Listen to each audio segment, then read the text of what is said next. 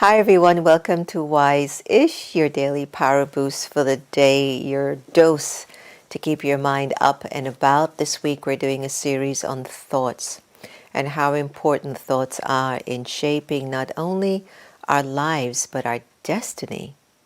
Thoughts are everything, but we underestimate its potential. We are not aware that our thoughts are creating our legacy. So either we are feeding thoughts from our past or desires that are still influenced by our past, or maybe we're creating new thoughts that are absolutely vital for the present moment. Today, we're talking about thoughts on God, such a small word that carries such weight in people's lives. I've been in so many situations and environments where people sometimes are afraid of using the word God. They go divine, source, supreme, ultimate power, universal energy, because they don't want to offend anyone's belief or attachment to this interpretation of this great energy. But lately I'm going, God is God. What's the problem? God is an energy that we have often turned to when we're in need of help. God is an energy that we blame when things are not going our way. God is sometimes someone that we say or something that we say doesn't exist because look at the state of the world. But I'd say that God is love and God is the pure vibration that flows through our systems if our thoughts are focused on God. Now let's do a little experiment. Let's say, I remembered a priest who used to come to our meditation center many, many years ago. And he was from a particular country, and he worshipped God in the form of snakes. And I remembered when I sat down with him and he was telling me why, I was so perplexed. And yet I was respectful to honor that that was his belief system. And what I felt for myself is there's something from his past that he's traveling with, that he would have a church where there's snakes everywhere. Now, of course, I wouldn't go into a church with snakes feeling that they're God and that they won't bite me. Why? Because the interpretation that I carry of snakes is that they're dangerous, that they carry a venom, they're slimy. Ugh. And if they crawl over you or choke you or bite you, I could die. It's an interpretation. Now, this particular priest of this particular church from this particular country didn't have the thought. He looked at snakes with a belief system that it's as if it's God appointed. God appointed. Now, if we're in a very ordinary state of thinking, we would judge him. We would criticize him, perhaps. We would maybe even want to call the cops on this man. You know, he's risking the lives of people in his congregation. But there are actually people in his congregation who have somehow adhere to the same principles. I don't know where he is today, and I don't know what he's doing today, but I remembered how he opened up my ability to accept more. And years pass, and I have remembered that particular person, and I said, why didn't I judge or criticize him for his belief? Because I knew that his thought pattern or his thought form on his interpretation of God was important to him. And all I could show up with at that particular time is what my thought form of God is, which is peace and love and the ocean of purity. And if I'm in the awareness of being God-like, I'm not going to judge my own child. If I'm God, I'm not going to judge my child for the choice that he's made. My only thought is, I hope the child is protected. I hope the child is having good thoughts. I hope the child is happy. So when we are focusing our thoughts on the energy and the interpretation of God, what is that for you? What is that for you? So from Daddy Janki's book, Companion of God, which is a perfect read, let me share with you some thoughts that I came across. This one's recognizing God. The first thing to recognize and understand is that God is one. He's unique. There can be no one but the one God alone, who is called God. We need to understand that human beings are only human, that with humans there will be upheaval and chaos. The gods and goddesses of mythology and the idols and the deities of the East were elevated beings, worthy of being worshipped, but who made them so elevated? It was God. So understanding these things helped me to recognize God. And before coming into any spiritual tradition, Daddy said, I believed in God in a very devotional way. This means that although I had faith, there were no real tangible experiences of who God was. Now, my heart says, I have seen God. I know God. I have recognized God from the heart. So, when my thoughts are on God, what does the soul experience? Let's give this a practice. Ready? Focus your thoughts on God being, let's say inside of the soul is a recording that your connection to God or your sense of feeling valued or protected is to go through the portal of remembering God from the belief system of being Catholic, Jewish, maybe Islamic, Muslim, Hindu, Sikh, maybe a spiritual tradition. You can even attach Buddhism to that, even though they don't advocate a lot about God. There is definitely some reverence there, right? So now let's go in and take your thoughts there. Go in to connect to God inside of the soul. Where does your thought go first? Do you go to a scripture? Do you go to a light? Do you go to a cross? Do you go to a phrase in your scripture? Do you go to a person, an idea, a concept? Are you feeding your interpretation of God, which is still something from the past that's been kind of ingrained in our culture and society for many, many, many, many, many centuries? Did you feel anything? All right, come back into the space. Take a breath. Shake it off. Turn your head to the left. Turn your head to the right. Come back into the space. Now, let's peel away all these labels and ideas and interpretations of the energy of God.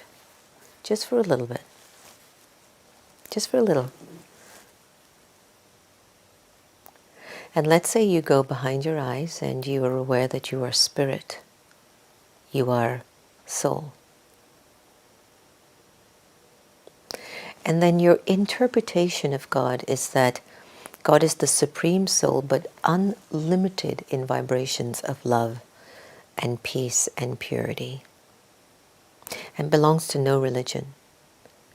God is just a pure, powerful being of light, radiating like the rays of the sun, just present, non-judgmental, will not choose one child over another, and the only effort you're making, let I, the soul, remember the Supreme, who is the ocean of love, the ocean of purity, the ocean of wisdom.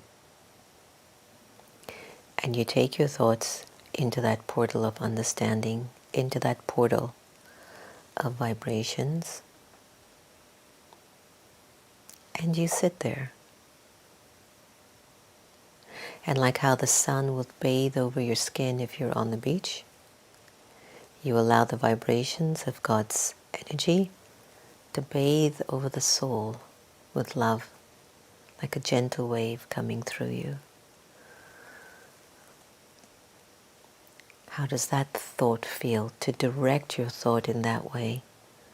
God is the ocean of love, the ocean of peace, the ocean of wisdom, and I, the soul, am connecting to my mother, father, teacher, guru, guide, whatever relationship you need, but more than anything else, I'm connecting to Source, the energy of truth, of light. Come back into the space. Did you feel the difference between connecting to God, attaching yourself to a particular label or title, versus letting go of all your labels and titles and just connecting soul to Supreme? Was there a difference in that thought? I hope you enjoyed today's little power boost on thoughts with God, and just to see the difference and see how it can change not only the way you feel, but also your destiny, your future. All right, you ready for your blessing for the day? You are the one who is detached and loving because you have the awareness of being a trustee, and you are able to remain stable in all situations. Wonderful. And the continued thought for inspiration: the sign of an elevated soul is to maintain the balance of contentment, easiness, and flexibility. If that's not enough to keep you going for the day, I don't know what is. Thank you so much for joining us today on Wiseish, your power boost for the morning. Please remember to tune into America Meditating Radio on Spotify, iHeart, iTunes, TuneIn, wherever you wish, or go online. It's really a wonderful radio show to listen to. And I appreciated Conscious Good listing it as one of the top meditation radio shows to tune into. So thank you so much. Have a wonderful day in the company of God, and be kind, and be loving, and be strong, and be powerful. Take care.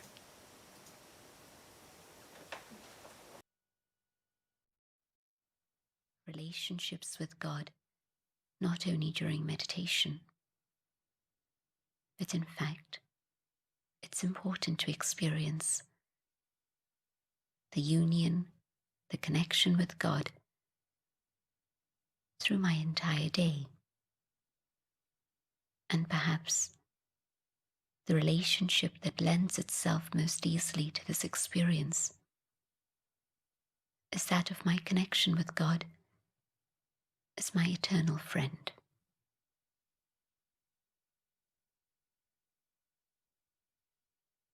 Sitting quietly,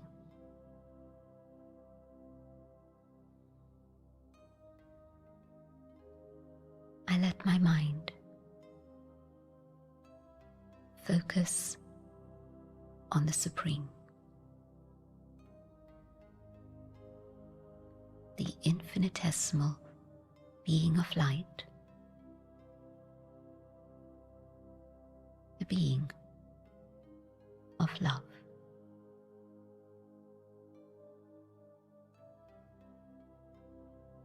God the Supreme, my mother, my father, my teacher, and also my friend.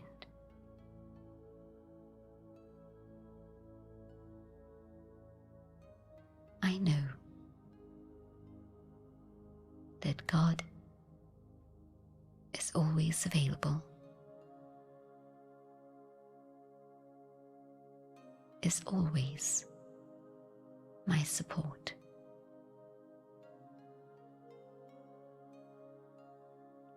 God is constant, unchangeable, always here, always ready to respond. Just with one thought, I can make contact with this eternal friend.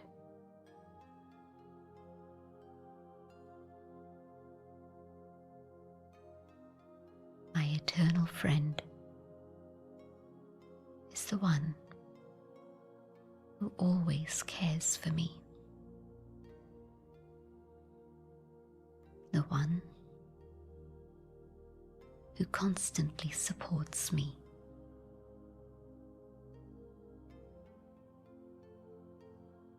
And with the power of this friendship, I have courage and hope for the future. Alone, there was a sense of insecurity, a fear of the dark forces that prevail. But with the support of this eternal friendship, there is no fear, no darkness, no questions, no doubts. My friend is the Almighty. My friend is the being of love.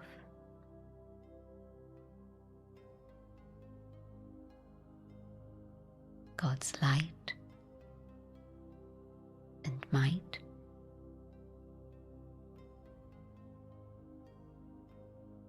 God's love are forever and ever available.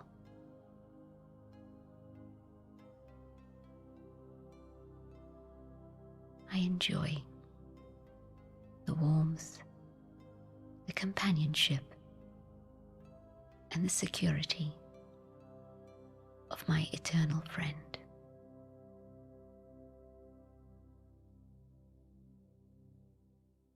Om Shanti.